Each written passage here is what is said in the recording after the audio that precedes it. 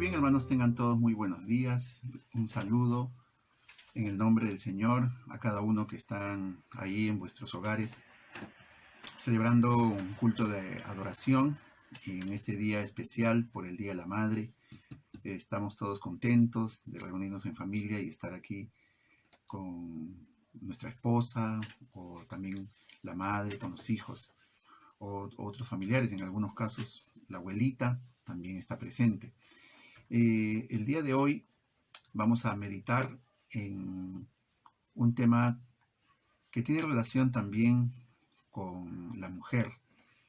Esta vez vamos a ver un personaje que está basado en el libro de Primero de Samuel, capítulo 1, 2 y 3. Y vamos a resaltar ahí cómo es una verdadera adoración a Dios en la vida de Ana, la madre de Samuel.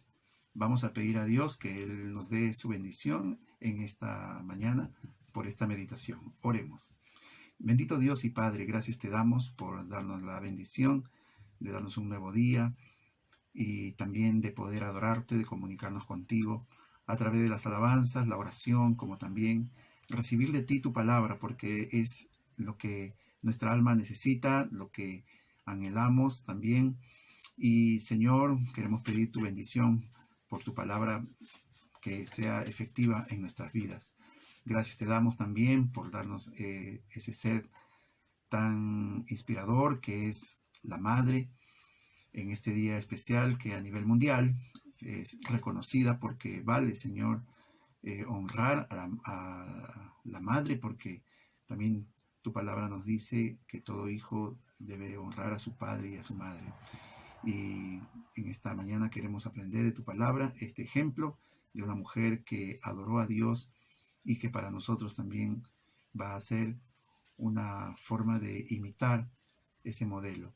Te rogamos tu bendición en el nombre de Cristo Jesús. Amén.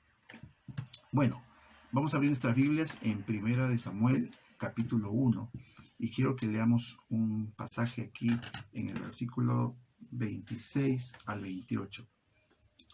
Y ella dijo: Oh Señor mío, vive tu alma, Señor mío. Yo soy aquella mujer que estuvo junto a ti orando a Jehová. Por este niño oraba, y Jehová me dio lo que le pedí. Yo pues lo dedico también a Jehová todos los días que viva. Será de Jehová, y adoró allí a Jehová. Ana, un ejemplo de una verdadera adoración. Una verdadera adoración es darle a Dios lo mejor, lo que más amamos y lo que nos cuesta, porque dárselo a Él muestra que Él vale más que todo en la vida. Adorar a Dios es honrarle, y la palabra honrar significa es darle el valor que tiene. Dios dice en 1 de Samuel capítulo 2 versículo 30: Yo honraré a los que me honran, y los que me desprecian serán tenidos en poco. Y eso fue lo que sucedió en esta historia. Dios honró a Ana porque ella le adoró de corazón. ¿Quién fue Ana? Pues ya dijimos por adelantado que fue la madre de Samuel, pero aquí en 1 Samuel 1:1 dice que fue una de las esposas de un varón llamado Elcana, natural de Ramá, una ciudad de Israel. En el tiempo que estaba pasando la época de los jueces, este varón tenía esta familia y tenía dos mujeres, Ana y Penina. Luego vamos a explicar que este asunto de tener dos esposas no era algo aprobado por Dios. Sin embargo, sucedió. Ahora, Ana era una mujer afligida, una mujer triste, debido a que Dios no le había concedido la bendición de ser madre, de tener hijos. Y ella vivía afligida porque Penina, la otra mujer de Elcana, dice que era su rival y la afligía, como decir, sacándole en cara que ella no tenía hijos, mientras que Penina sí tenía hijos e hijas. Entonces Ana se sentía muy triste y lloraba mucho y no comía. Dice aquí la escritura en el versículo 5: pero a Ana daba una parte escogida porque amaba a Ana, aunque Jehová no le había concedido tener hijos. Y su rival la irritaba, enojándola y entristeciéndola, porque Jehová no le había concedido tener hijos. Ahora, el nombre Ana significa gracia, y podríamos destacar algunas cualidades de esta mujer, como que era inteligente, talentosa, hábil, sacrificada, etc. Así como toda mujer hoy en día, toda madre, reúne grandes cualidades, hasta podríamos decir la hermosura, la belleza en la mujer. Pero Ana destacó en esta historia por su devoción a Dios, por su piedad, por su adoración. Una piedad que le llevó, sin pensarlo, a ser una persona clave en el rumbo de la nación de Israel. La historia se da en un contexto de adoración. Aunque Ana ocupaba un lugar muy especial en el corazón de su esposo, porque dice la Biblia que él le daba una parte seleccionada, especial, después de su adoración, de parte de las ofrendas, que como en aquel entonces lo que se ofrecía, estos sacrificios de animales, parte de la carne de esos animales servía para una comida especial que tenían las familias después de haber adorado a Dios. Pero a Ana no se le pasaba la tristeza. Dice la Biblia que ella lloraba mucho y no comía. Tanto así que su esposo le dice: ¿por qué lloras tanto y por qué no comes? ¿Acaso no te soy yo mejor que 10 hijos? Pues ni siquiera esto le podía consolar a Ana, porque ella tenía un deseo muy grande de ser madre, tenía un alto concepto de lo que es la maternidad. Ahora, con respecto a Elcana y su bigamia, la Biblia relata, como también otros ejemplos de hombres que tuvieron dos mujeres o más mujeres. Pero el hecho de que la Biblia mencione no significa que eso es recomendado por Dios para que nosotros lo hagamos. Más bien, vemos en la historia de estos hombres que practicaron esto, que nunca fue aprobado por Dios la bigamia. Nunca. Más bien la Biblia lo menciona porque la palabra de Dios es transparente para mostrar los errores de los pecados de personas y luego las consecuencias que vinieron por esos errores y pecados. Entonces, no debemos tomar como un ejemplo este caso de Elcana, que tenía dos esposas. Ahora vemos también, hasta este momento de la historia, que Dios en su soberanía permitía esta adversidad en la vida de Ana. No le había permitido no tener hijos. Y en este caso, Dios permite estas cosas, como también las enfermedades, problemas en la vida, debilidades. En este caso era un problema de esterilidad. Y aún hasta en la muerte, Dios en su soberanía permite esto para Él glorificarse, para que su nombre sea exaltado, como en el caso del hombre ciego de nacimiento en los tiempos de Jesús, cuando preguntaron al Señor: ¿quién pecó, este o sus padres, para que naciese ciego? Y la respuesta de Jesús deja un principio para todos estos casos. Dios dijo, o Jesús dijo, para que las obras de Dios se manifiesten en él. Quiere decir que Dios se engrandece cuando hay problemas y cuando nosotros le buscamos por solución a estos problemas. Algo más que vemos hasta aquí es que Dios es el que concede los hijos. El Salmo 127 dice: herencia de Jehová son los hijos, cosa de estima el fruto del vientre. Como saetas en manos del valiente, así son los hijos habidos en la juventud. Y bienaventurado el hombre que llenó su aljaba de ellos. Entonces Dios es el que da a los hijos como un regalo, como una bendición. Pero también si Él no quiere su propósito, pues tampoco los da. No es el único caso de mujeres que no tuvieron hijos y que después tuvieron como una muestra del poder de Dios. Tenemos a Sara, tenemos a Rebeca, Raquel, Elizabeth, madre de Juan el Bautista, y muchos otros ejemplos. Dios se glorificó, y sobre todo en los personajes, en los hijos que tuvieron estas mujeres, ¿no? Muy interesante. Ahora, Ana, volviendo al tema, lloraba mucho por tener un niño, y ella hizo lo que todos debemos hacer cuando estamos afligidos: buscar a Dios en oración. ¿Y cuál fue su pedido? Fue un hijo. Vamos a ver aquí la oración de Ana, registrada en el versículo 10 del capítulo 1.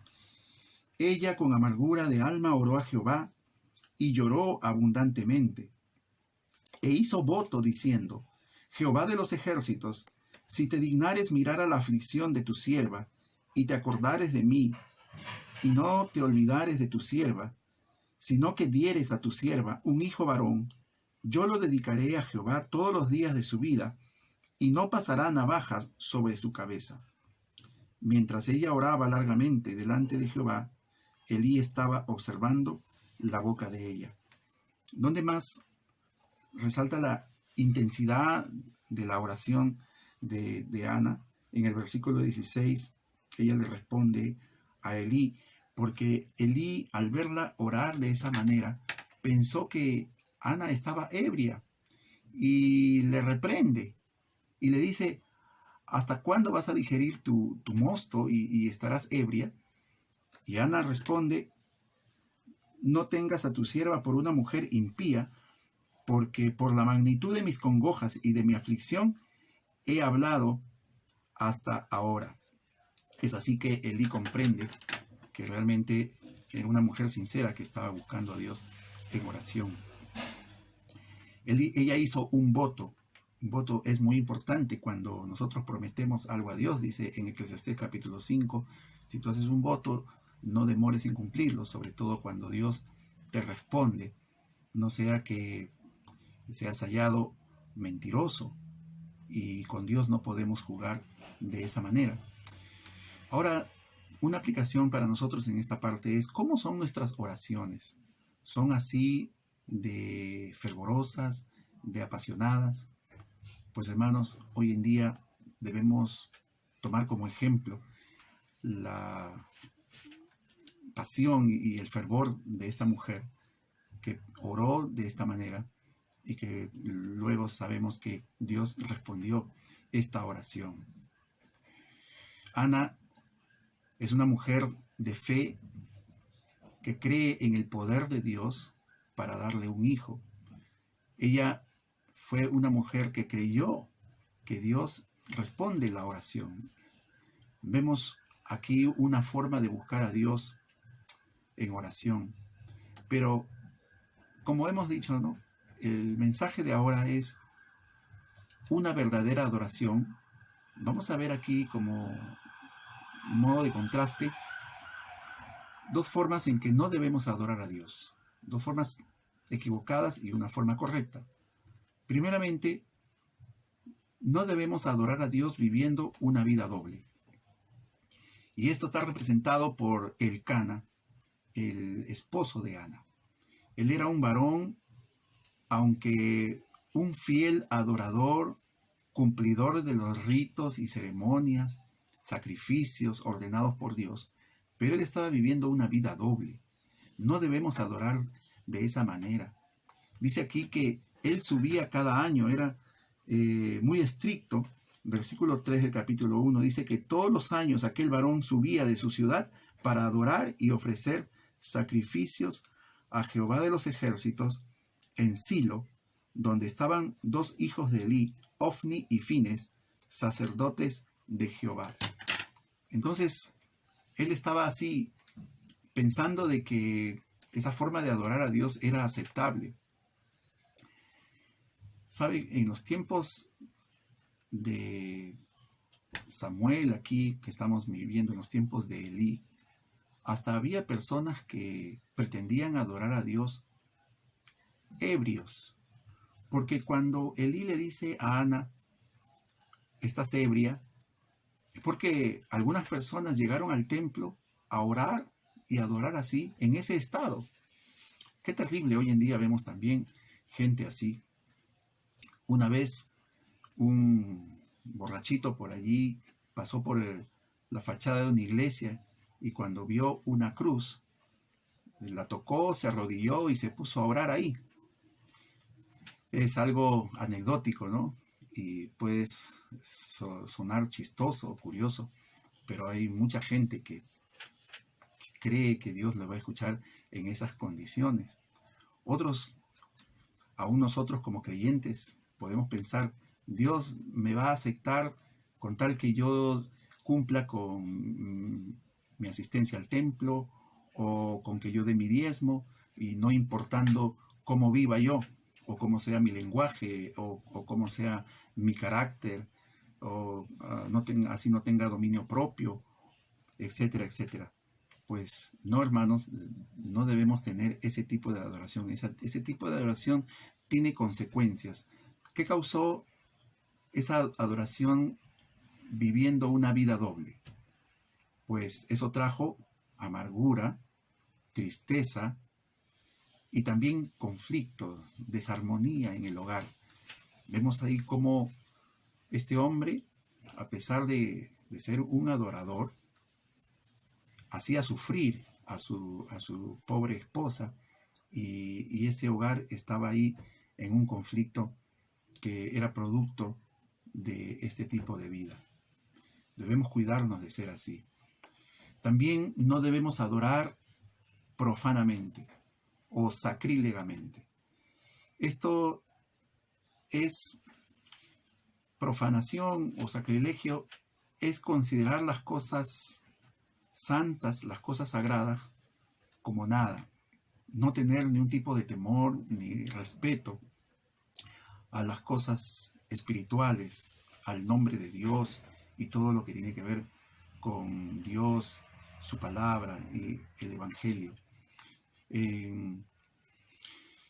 Los hijos de Elí, dice aquí en el capítulo 2 y versículo 12, los hijos de Elí eran hombres impíos y no tenían conocimiento de Jehová. Ellos representan aquel tipo de adoración. Pues ellos lo que hacían era escogían a la fuerza, venían las personas trayendo sus sacrificios. Los sacrificios eran seccionados, cortados por partes, los animales sacrificados. Y Dios había destinado una parte a los sacerdotes. Pero ¿qué hacían ellos? Mandaban a sus siervos, como está aquí escrito, y antes que los sacrificios fuesen ofrecidos, los siervos de estos sacerdotes, de Ofni y Fines, cogían a la fuerza las mejores partes de los sacrificios para comérselo ellos, aunque tenían el derecho de comerlo, pero después que ofrezcan el sacrificio, no antes. Ellos lo hacían antes y lo hacían a la fuerza y cogían todavía más de la cuenta. Esto era la cosa que ellos hacían y más todavía dice aquí que ellos cometían fornicación desvergonzada en el mismo templo. ¡Qué horrible! Se cuenta que estos hijos de Elí fueron los que incurrieron en una adoración corrupta e inmoral en el pueblo de Israel. Y por eso Dios se pronunció y dijo que ellos habían pisoteado sus ofrendas y su sacrificio, y la consecuencia fue que el pueblo también imitaba ese mal ejemplo y comenzaron a pecar, y muchos no querían venir a adorar a Dios por el mal ejemplo que ofrecían estos varones, hijos de Elí. Esto es porque no tomaron la santidad y el nombre de Dios como algo importante en la vida del adorador. No debemos imitar este ejemplo. Pero ahora sí viene el buen ejemplo por medio de Ana. Ana nos enseña cómo es la verdadera adoración. Una adoración a Dios es la que da a Dios lo mejor que tenemos, lo que nos cuesta, lo que amamos, y estamos dispuestos a desprendernos de ello. Se cuenta de un misionero que estaba en la India y observó un culto de adoración donde muchas mujeres iban con sus niños en brazos para adorar en el río Ganges, que es un río sagrado, es un río considerado un dios, como en la India tienen miles de dioses. Y de repente una señora ofreció, porque ella tenía dos niños en brazos, uno flaquito y medio enfermizo y otro gordito, chaposito y bien saludable, muy hermoso. Y esta mujer tiró este bebé hermoso al río como una ofrenda a su Dios. El misionero le pregunta: señora, ¿y por qué usted ha tirado a ese bebé y no tiró de repente al otro? Y ella le responde: es que a mi Dios siempre yo le doy lo mejor. Esta historia nos enseña cómo en ese trasfondo de una adoración falsa, idolátrica, la gente tiene conciencia de que a Dios se le da lo mejor. Y eso es lo que Ana tenía en su corazón. Esta vez ella ofreció a su hijo, al Dios vivo y verdadero, dedicándole para su servicio. Dice aquí en el versículo 20 del capítulo 1: aconteció que al cumplirse el tiempo, después de haber concebido Ana, dio a luz un hijo y le puso por nombre Samuel, diciendo: por cuanto lo pedí a Jehová. Samuel, este nombre significa pedido a Dios. Otros dicen que significa el nombre de Dios. Sabemos que Samuel fue un gran hombre de Dios, un líder que Dios utilizó para guiar a su pueblo hacia una adoración más cercana a Dios en tiempos de apostasía, cuando ellos estaban dados más a los ídolos. Pero el punto es que Ana tenía un buen concepto de maternidad por tener una comprensión de lo que es la mayordomía. ¿Y qué es la mayordomía? La mayordomía se resume en lo que dijo David: todo es tuyo, y de lo recibido de tu mano te damos. Nosotros debemos saber, hermanos, que los hijos, si bien es cierto, Dios nos lo da, como hemos dicho, como dice su palabra, y por tanto los hijos que tenemos son de Dios, y Él nos encarga a nosotros esta tarea de ser padres para criarlos para Él. Y Ana comprendió esto y no se apropió de este niño diciendo: esta es mi posesión y esta es mi adoración, sino que más bien esta vida preciosa se la pudo dar a aquel a quien ella valoraba más, que es a Dios. El Señor Jesús dice que nosotros debemos amarle a Él más que a cualquier ser querido que tenemos. Aunque también la palabra de Dios no se contradice, porque Él nos manda a honrar a nuestros padres, que es el quinto mandamiento. Y Él aprueba que nosotros honremos a nuestros padres, porque los padres son en cierto modo decirlo, representantes de Dios en la familia. Ellos ejercen autoridad en nombre de Dios y por eso los hijos deben obedecer a sus padres. Dice la Biblia: hijos, obedeced en el Señor a vuestros padres, porque esto es justo. Honra a tu padre y a tu madre, que es el primer mandamiento con promesa, para que te vaya bien y seas de larga vida en la tierra que Dios te da. Es el deber de los hijos para con los padres. Pero los padres debemos criarlos a nuestros hijos para el Señor. Ana hizo esto porque dice aquí en el versículo 23, capítulo 1, dice: y Elcana, su marido, le respondió: haz lo que bien te parezca, quédate hasta que lo destetes, solamente que cumpla Jehová su palabra. Y se quedó la mujer y crió a su hijo hasta que lo destetó. Lo crió. Esto implica, por supuesto, la tarea de alimentarlo, de cuidarlo, de proveerle las instrucciones también que todo hijo necesita: saber de Dios, conocer a Dios, como el mandamiento lo dice: instruye al niño en su camino, y aun cuando fuere viejo, no se apartará de él. ¿A qué nos trae a la memoria esto? Al recuerdo, ¿no? Nos trae el ejemplo de Eunice y Timoteo. Este jovencito que luego fue un gran siervo de Dios, Pablo le dice, trayendo a la memoria la fe no fingida que hay en ti, la cual habitó primeramente, dice, en tu abuela Loida y en tu madre Eunice. Un niño criado en las faldas de su madre, bajo la instrucción de la palabra de Dios. Y lo mejor que una madre, lo mejor que un padre puede hacer es enseñar, instruir a sus hijos en la palabra de Dios. Entonces Ana hizo todo esto preparándolo para lo que iba a ser después en la presentación del niño en el altar, en el templo de Dios, como ella lo había prometido. Y tenía que haberle dicho: mira, ¿sabes qué, hijo?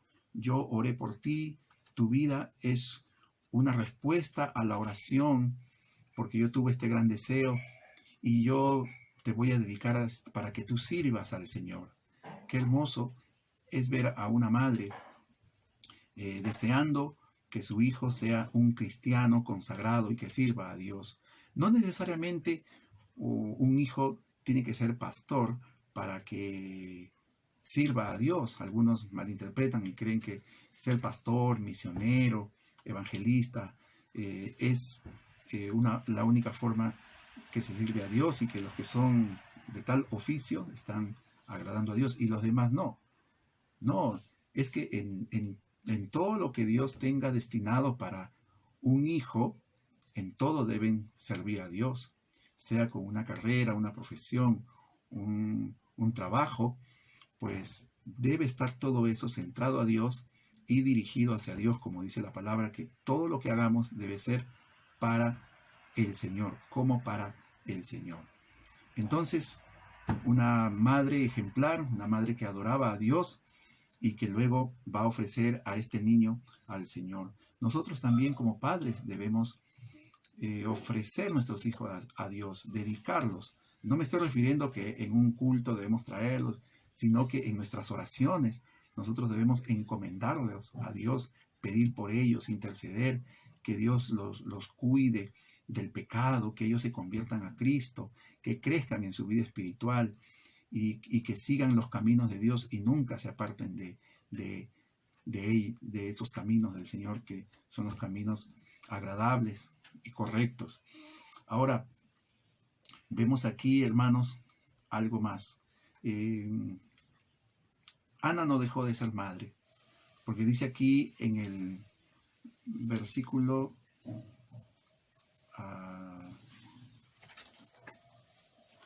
capítulo 2 y versículo 19, y le hacía a su madre una túnica pequeña y se la traía cada año cuando subía con su marido para ofrecer el sacrificio acostumbrado. Es decir, Ana siempre estaba ahí mostrando amor y cariño maternal a su hijo, y vemos aquí cómo Samuel era pequeño, luego joven y luego un anciano que sirvió al Señor hasta el fin de su vida. Entonces, qué bello cuadro de una madre que nunca se olvida. Se dice que madre será hasta el fin, a veces hasta cuando los hijos son casados, la madre está ahí siempre preocupada, interesada por el bien de su hijo y preocupada también por ayudarles. Vemos un segundo punto aquí, hermanos, con respecto a una adoración verdadera, es que una adoración verdadera no solamente le da a Dios lo mejor y estamos dispuestos a desprendernos de aquello que nos cuesta, sino una adoración verdadera también viene de conocer quién es Dios. Ana aquí, después de haber ofrecido a Dios con mucho gusto a su hijo Samuel, dedicado a él, ella se alegra. En el capítulo 2, ella exalta y bendice a Dios con una acción de gracias, exaltando el poder y la soberanía de Dios. Y también, de paso, ella da una profecía acerca de el Mesías, nuestro Señor Jesucristo, y su reinado. Es bueno que nosotros leamos lo que dice aquí. En el capítulo 2 dice que Ana oró y dijo: mi corazón se regocija en Jehová, mi poder se exalta en Jehová, mi boca se ensanchó sobre mis enemigos, por cuanto me alegré en tu salvación. No hay santo como Jehová, porque no hay ninguno fuera de ti, y no hay refugio como el Dios nuestro. Ahora ella continúa diciendo aquí, vamos a resaltar algunas partes muy preciosas. Dice aquí que los saciados se alquilaron por pan y los hambrientos dejaron de tener hambre. Hasta la estéril ha dado a luz 7 y la que tenía muchos hijos languidece. Jehová mata y él da vida. Él hace descender al Seol y hace subir. Jehová empobrece y él enriquece. Abate y enaltece. Él levanta del polvo al pobre y del muladar exalta al menesteroso, para hacerle sentarse con príncipes y heredar un sitio de honor. Porque de Jehová son las columnas de la tierra, y él afirmó sobre ellas el mundo. Él guarda los pies de sus santos, mas los impíos perecen en tinieblas, porque nadie será fuerte por su propia fuerza. Delante de Jehová serán quebrantados sus adversarios, y sobre ellos tronará desde los cielos. Jehová juzgará a los confines de la tierra, dará poder a su rey y exaltará el poderío de su ungido. En esta hermosa historia, hermanos, vemos que el personaje principal es Dios, por lo que Él es y por lo que Él hace. Dios se glorifica en diferentes situaciones. Dios en esta historia se glorificó en las necesidades y los problemas, como hoy en día también Dios se glorifica en necesidades y problemas. Él hace lo imposible, aún para el hombre, en aquellos que se humillan y le buscan y acuden en respuesta o también para encontrar la solución a sus problemas.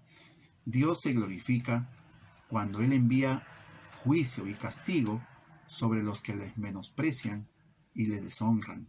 Lo vemos en la vida de los hijos de Elí, a quienes Dios determinó quitarles la vida por su pecado de profanación. Y no solo a él, sino también a Elí y a toda su familia. Dios se glorificó en recompensar y bendecir a los que le honran. Vemos en esta historia que Ana, después que dedicó a Samuel, Dios le concedió 5 hijos más, 3 hijos y 2 hijas. ¡Qué bendición tan grande! Y aquí vemos un principio, ¿no? También, que cuando nosotros le damos a Dios algo de todo corazón, pues Él nos da como devolución, pues mucho más de lo que nosotros le hemos ofrecido. Por supuesto que no debemos hacerlo con esa intención. Sin embargo, a Dios le place hacerlo así. Ahora, hermanos, vemos aquí también el poder de Dios. Dios puede. Dios puede darnos consuelo por alguna situación que nosotros podemos estar pasando, podemos sentirnos tristes, afligidos, angustiados. ¿Sabe qué? Dios puede. Dios puede consolarnos, Dios puede darnos fortaleza, Dios puede darnos gozo en medio de nuestra tribulación.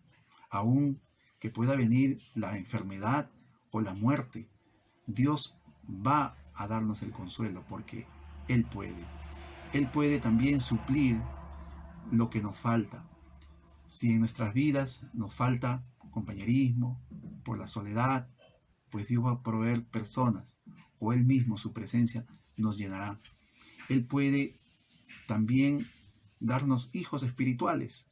Si nosotros queremos ganar almas para Cristo, si nosotros queremos también enseñar, discipular personas, pues de repente no podemos tener hijos biológicos, pero podemos tener hijos espirituales a través de predicarles el Evangelio y que ellos nazcan de nuevo y después guiarlos en su crecimiento espiritual. Y sabes que también, si tú no tienes a Cristo, si estás en una condición perdida, estás errante en este mundo, no tienes seguridad a dónde va a ir tu alma después de este mundo, cuando pase esta vida, cuando te llegue la muerte, sabes que Dios quiere darte esperanza. Si tú vienes a Cristo, si le aceptas como tu Salvador, lo recibes en tu corazón, confesándole como Salvador y Señor, entonces Dios puede, Él te va a salvar de la condenación. Él te va a restaurar de la esclavitud del pecado y va a hacer que tu vida sea una vida victoriosa, una vida rebosante. No hay nada cosa más hermosa para el hombre en ser salvo y ser un hijo de Dios, pues es el propósito de Dios para cada hombre y para cada mujer en este mundo. ¿Sabes qué? Quiero concluir con lo siguiente. La mujer siempre ha resaltado por muchas cualidades, por su sacrificio, por sus luchas, por sus virtudes. Pero ante todo, Dios quiere la adoración. Dios quiere la devoción y la piedad de corazón. Querida hermana, querida madre, que Dios sea glorificado en tu vida hoy y siempre también. El Señor está buscando Samueles, esta vida tan interesante que viene a ser una ofrenda a Dios. Qué tremendo es pensar que una vida puede ser una ofrenda a Dios. Y Samuel, su vida fue eso, una ofrenda a Dios. Dios está buscando Samueles para cumplir grandes propósitos en este mundo. Pero también Dios está buscando Anas, quienes serán las propulsoras, las que inician el deseo de querer agradar a Dios, de querer exaltarlo, engrandecerle a través de su piedad, a través de su devoción y también a través de su adoración y sus oraciones. Grandes cosas Dios quiere hacer a través de cada uno de nosotros. ¿Estás dispuesto a ser aquella persona que Dios quiere? Pues ven al Señor en esta mañana y ponte en sus manos y Él va a hacer de ti grandes cosas. Confía en el Señor y Él hará grandes cosas en tu vida. Que Dios te bendiga. Acompáñame en una oración. Querido Padre, muchas gracias por hacernos reflexionar en este día tan hermoso acerca del Día de la Madre, como esta mujer sencilla, débil, afligida, pudo refugiarse en el Dios Todopoderoso. Y tú premiaste este acercamiento a través de otorgarle su petición. Señor, le diste como regalo un hijo que luego ella no te lo negó. Se lo ofreció completamente a ti como lo había prometido. Y tú hiciste de este hombre un gran hombre, pero también en la vida de Ana diste grandes bendiciones a ella, que fue, Señor, para alegría de su corazón y de su familia.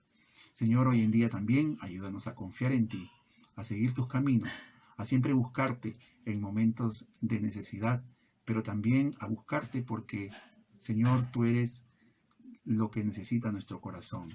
Tú eres la alegría, el deleite de nuestra alma, y en ti nos regocijamos también. Gracias por todo esto, te lo pedimos y te lo agradecemos en el nombre de Jesucristo. Amén. Dios les bendiga.